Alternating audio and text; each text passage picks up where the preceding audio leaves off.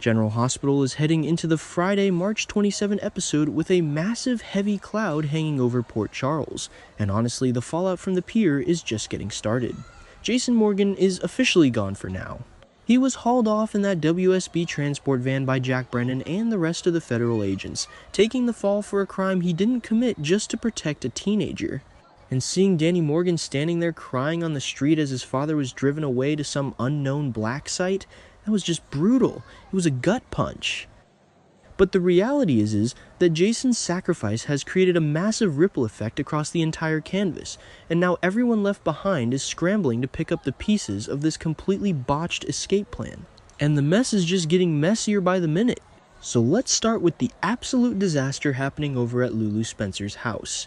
Rocco Falconeri is an absolute wreck, and you really can't blame the kid. He was just lingering behind a wall on Pier 55, watching this terrifying physical altercation unfold between Ross Cullum and Britt Westbourne. He saw Cullum knock Britt unconscious, he saw Jason jump in, and when Cullum dropped his gun and picked up that iron rod, Rocco made a split-second decision that is going to haunt him for the rest of his life. He shot a federal agent in the back, and now the guilt is eating him alive. He already confessed everything to his mother, but now he apparently wants to confess to the police to free Jason. He knows Jason is taking the fall for him, and Rocco is a good kid. He doesn't want Jason's life to be ruined. But Nathan West is absolutely not having it. Nathan is stepping up in a way that is honestly terrifying but completely necessary. He is orchestrating this massive police cover-up right under Dante Falconeri's nose. Nathan warns Lulu point blank that if Rocco confesses, this will destroy his life. And he's right, the WSB does not play around. If they find out a teenager shot their director, they will lock Rocco away and throw away the key, or worse. Nathan is looking at Lulu, who is an emotional wreck, and he is trying to be the anchor. But think about the pressure here. Nathan is a cop, Dante is a cop, and Dante is Rocco's father. Dante was the one who actually slapped the cuffs on Jason and grilled him at the station, completely clueless that he was interrogating a man who just saved his own son from a federal prison sentence. It's a ticking time bomb. And the fact that Ross Cullum survived his surgery thanks to Lucas Jones, which is a whole other layer of twisted irony we will get to, makes the situation so much worse in the long run.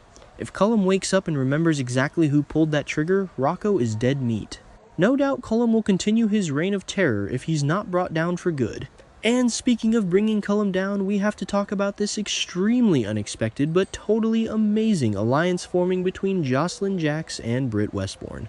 Jocelyn is really stepping into her own here. She hears the news about Jason being extradited, and she immediately puts the pieces together. She realizes the escape plot failed. She knows Cullum is dangerous, and she assumes he'll be an even bigger threat once he wakes up from his surgery. So Jocelyn tracks Britt down and delivers a plea. She tells Britt that Jason trusted the two of them, so now they need to trust each other. I mean, wow, that is such a Carly move, but it's also so Jason. Jocelyn is channeling both of her parental figures right now. She's taking charge. And Jocelyn actually has some real leverage here. She already told Jack Brennan about being snowed in at Windermere and what she found. She found Caesar Faison's book in Cullum's coat pocket, along with a pack of Faison's favorite cigarillos. That is huge. That connects Cullum directly to Faison's cold fusion project. And Britt already told Brennan about Cullum being a double agent, which made Brennan realize that Anna Devane's mission was completely fake. So you have Jocelyn and Britt, two women who normally wouldn't give each other the time of day, suddenly realizing they hold the keys to blowing this entire WSB conspiracy wide open. Can the two of them working together put together a workable plan? They have to. They literally have no other choice. Britt's life is on the line. Cullum destroyed the 2 vials of Huntington's medicine that Marco Rios stole for her.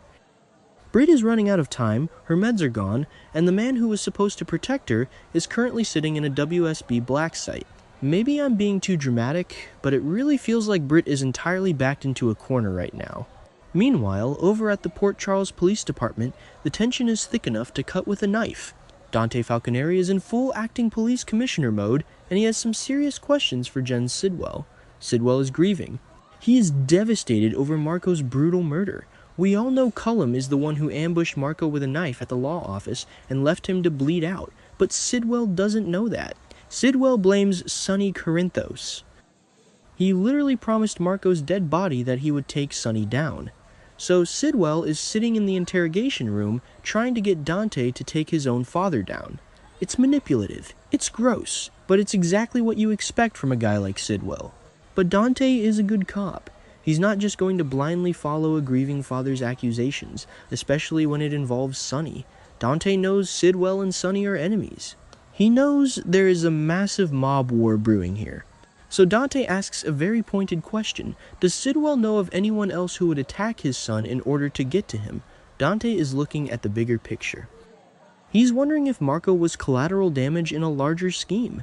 Jens may not like him asking who else besides Sonny could be responsible, but he'll just have to get over it. Dante is trying to do his job. But honestly, how long can Dante keep this up? He's investigating Marco's murder, completely unaware that his own son is the shooter in a completely separate but entirely connected crime involving the WSB. The sheer amount of secrets Dante is surrounded by right now is staggering. When the truth finally comes out, and it always comes out on this show, Dante is going to absolutely lose his mind. And then we have the legal circus surrounding Jason's arrest. Alexis Davis promised Danny Morgan that she would represent Jason. She wants to help. But Sonny Corinthos has other plans. Sonny is pulling the strings, and he wants Rick Lansing to represent Jason instead. Now, this is where things get really, really messy. Carly is completely losing her mind over this. She's offering unsolicited advice to anyone who will listen, and she is heavily questioning this decision. Carly looks at Sonny and asks, the question is, can Jason rely on him? She is talking about Rick, and let's be real, Carly has every right to be suspicious. Rick Lansing has a history of being a complete wild card. This is the man who once locked a pregnant Carly in a panic room. He has done some incredibly shady things in the past. Yes, he's trying to turn over a new leaf with Elizabeth Baldwin, but can you really trust him with Jason's life? Especially when this is a federal WSB case? Carly doesn't think so. She thinks Rick is a liability. She's probably sitting there with Valentine Cassadine in her attic, plotting her own illegal ways to exonerate Jason, because she doesn't trust the legal system, and she certainly doesn't trust Rick Lansing. But Sonny is insistent. Sonny is standing his ground. He tells Carly and Rick that he has information that could change the game. What information? We don't know yet, but Sonny has been quietly observing all of this. He knows Jason wouldn't just get sloppy and get arrested on a pier unless there was a massive reason for it. Sonny suspects Jason is covering for someone, or that this is a setup. But Rick is already warning Sonny to be careful.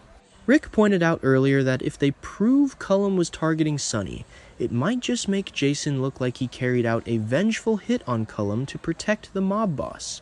It's a legal minefield. Every single move they make could backfire and send Jason to prison for the rest of his life. Honestly, the writing right now is so chaotic but so compelling.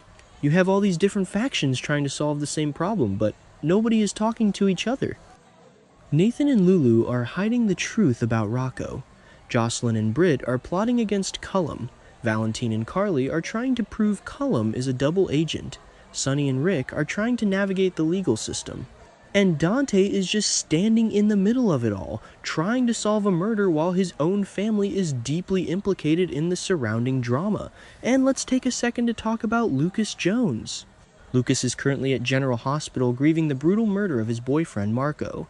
Elizabeth had to deliver the news that Marco died from his stab wounds. Lucas is devastated. But just hours before, Lucas was in Trauma 1, desperately operating on Ross Cullum. He refused to let Cullum die on his watch. He saved Cullum's life.